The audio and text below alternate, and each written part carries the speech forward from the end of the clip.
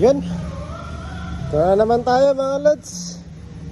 Full side na naman tayo. Repair. Blend. New repair. So yan mga lods. Repair tayo ng quarter panel ito. Ayun. Bungal-bungal. Yan mga lods. Repair tayo. Alam ko ito, biblend din to eh. Malapit dito kasi repair. So yan mga lods, magiging busy na naman tayo dito sa ating trabaho ito. So bali full side yung gagawin. Saka front bar repair.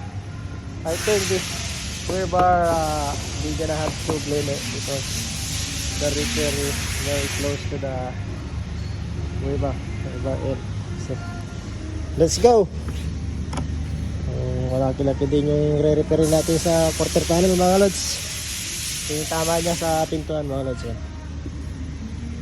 Kaya pinalitan. So pwede namang i-repair to kaso replace ang ginawa eh. Easy lang to. Kanto lang tulak. Bang.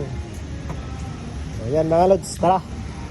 Sana natin, update ko kayo ulit pag medyo nakalas na natin yung mga pintuan or nasa repair na tayo ng quarter panel. So let's go!